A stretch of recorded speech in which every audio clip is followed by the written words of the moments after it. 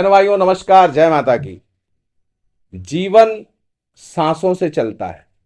जीवन सांसों से चलता है और रिश्ते प्रेम सौहार्द से चलते हैं, विश्वास से चलते हैं। और ये शरीर निरंतर गतिशील रहने से चलता है।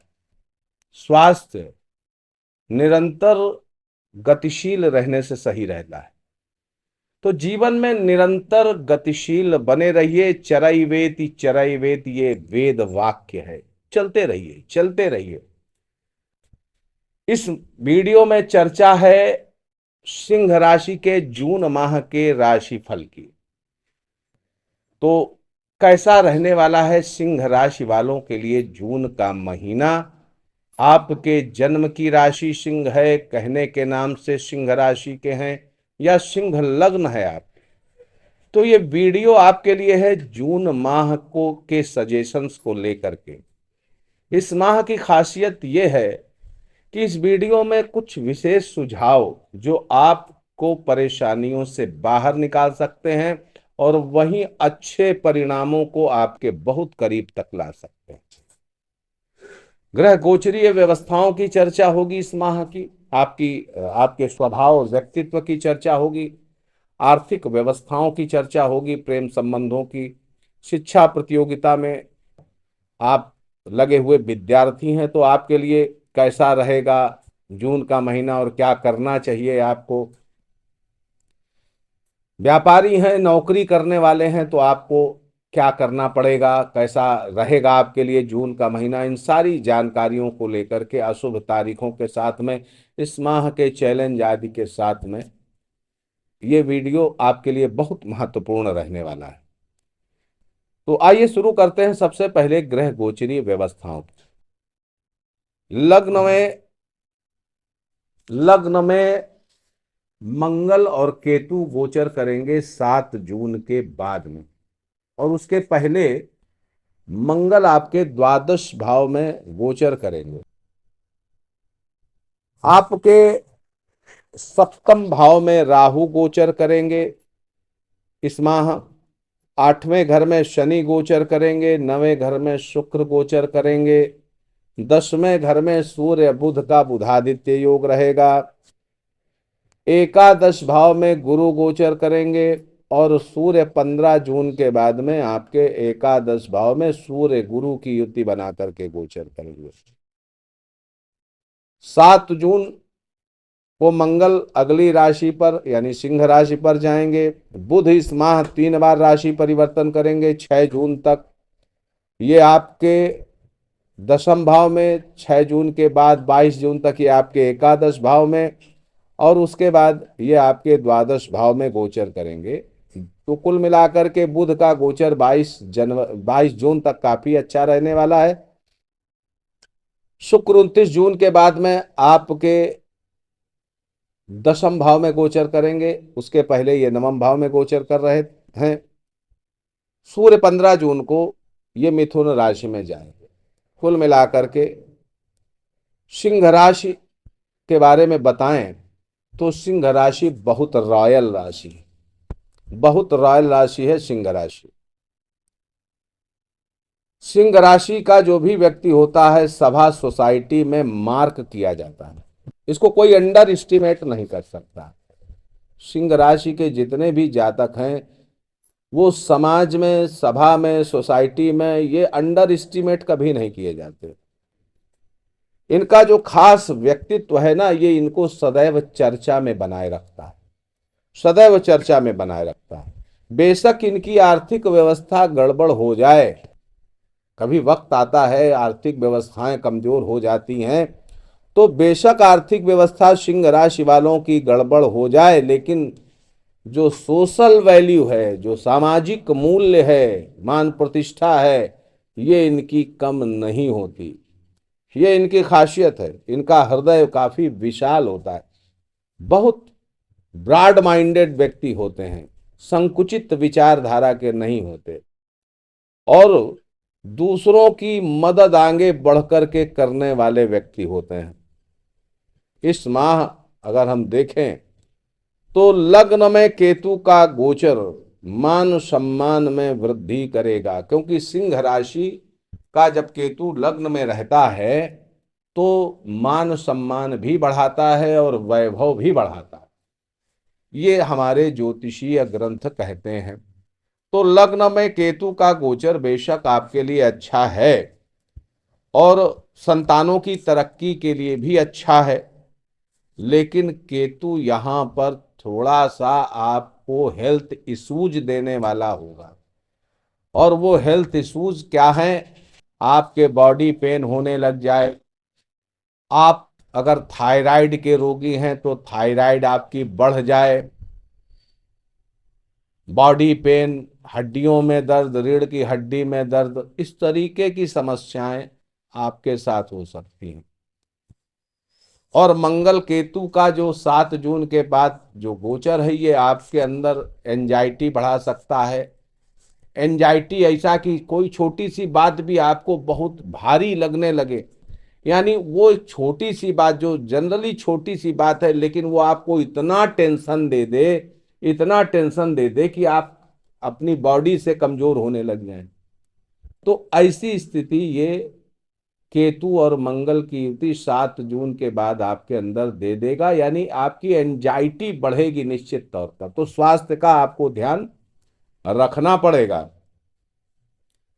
चोट चपेट के प्रति भी सतर्क रहें, आंखों में भी समस्या हो सकती है, आंखों से जुड़ी परेशानियां, तो ये सारी चीजें हो सकती हैं। वहीं आपका जो लग्नेश सूर्य है वो 15 जून तक दशम भाव में, ये बहुत अच्छी बात है, दशम भाव में 15 जून तक, यानी आपका जो एंजाइटी बढ़ेगा वो आप अपने आत्मबल से उसको कवर कर पाएंगे। तो 15 जून तक दशम भाव में गोचर और उसके बाद में एकादश भाव में गोचर। तो दशम भाव में गोचर केंद्र में गोचर रहेगा, यानी 15 जून तक आप अपनी एंजाइटी को कवर करते रहेंगे, उसको वो आपको ज्यादा हिला नहीं पाएगी। और उसके बाद 15 जून के बाद जब ये एकादश भाव में सूर्य गोचर करेंगे, तो यहां पर जो सूर्य का गोचर है वो आपको थोड़ा सा अच्छा, वैसे तो काफी अच्छा है फाइनेंशियल दृष्टिकोण से, अन्य मामलों में, लेकिन हेल्थ का इशू मुख्य रूप से मुझे सिंह राशि वालों के लिए दिख रहा है। तो स्वास्थ्य का ध्यान करना पड़ेगा।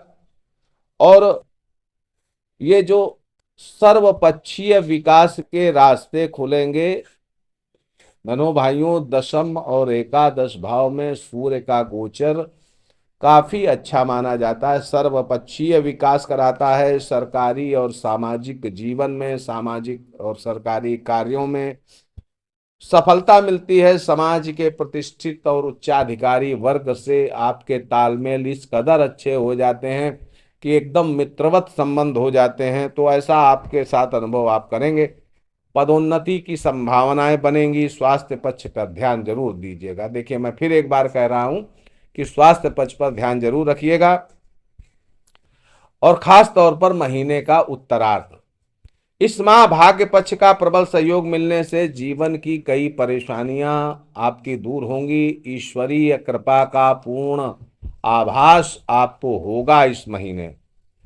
वहीं इस माह के उत्तरार्ध में कई महत्वाकांक्षाएं पूरी होंगी। देखिए, महीने का उत्तरार्ध स्वास्थ्य की दृष्टिकोण से तो कम अच्छा है, लेकिन इच्छाओं और महत्वाकांक्षाओं को पूरा करने के लिए बहुत अच्छा है। नया पद मिल सकता है, नया सम्मान मिल सकता है, पदोन्नति हो सकती है, आपको नई जिम्मेदारियां मिल सकती हैं, और समाज में आप मूल्यवान हो सकते हैं। लोग आपको आपकी उपस्थिति से अपने आप को धन्य महसूस करें, ऐसा आपके साथ हो सकता है। घर में मांगलिक कार्य हो सकते हैं। आप विवाह योग्य हैं तो आपकी विवाह की बात पक्की हो सकती है। आपकी संतानों के विवाह की चिंता रही है तो आप इस माह कोशिश करिएगा, संतानों के विवाह के बाद पक्की हो सकती है, उनका विवाह हो सकता है। या आप घर में या परिवार में, संबंधियों में मांगलिक कार्य में इस महीने कई बार सम्मिलित हो सकते हैं। आर्थिक व्यवस्थाओं की बात करें तो महीने के उत्तरार्ध आपकी कमाई काफी बढ़ाने वाला है। दैनिक आय, स्थायी आय और आकस्मिक आय तीनों आपकी बढ़ने वाली हैं। वेतन वृद्धि भी संभव है आपकी अगर आप नौकरी करते हैं। और खर्चों पर और खास तौर पर ये जो जो फिजूल खर्च है, ये अनावश्यक खर्च है, इस पर आप नियंत्रण कर पाएंगे, काफी अच्छा नियंत्रण कर पाएंगे। वहीं भौतिक सुख संसाधन और जरूरतों की जो चीजें हैं, भूमि भवन वाहन, इनसे जुड़ी हुई जो जरूरतें हैं, इनको आप पूरा करेंगे और इन पर खर्च भी करेंगे। पैतृक संपत्ति से लाभ इस माह आपको मिलेगा। अब प्रेम संबंधों के लिए देखें तो ये माह सामान्य रूप से ही ठीक है। कुछ तकरार, कुछ कंफ्यूजन्स ये पैदा हो सकते हैं महीने के उत्तरार्ध में। इस माह प्रेम विवाह की संभावनाएं भी पक्की हो जाएंगी। जीवन साथी और लवमेट से गिफ्ट आदि भी प्राप्त हो सकता है महीने के विशेष रूप से शुरुआत में।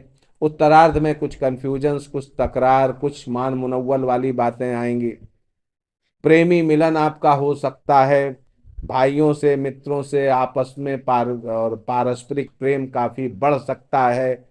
शिक्षा प्रतियोगिता में लगे हुए जो विद्यार्थी हैं उनके लिए ये महीना सामान्य रूप से अच्छे फल प्रदान करने वाला दिख रहा है। लेकिन फिर भी कंसंट्रेट का अभाव हो सकता है, कंसंट्रेशन का अभाव हो सकता है, कंसंट्रेट नहीं कर सकते हैं आप अपने विषयों को लेकर के। तो गणपति की आराधना करिए, ओम गम गणपतये नमः मंत्र का जप करिए।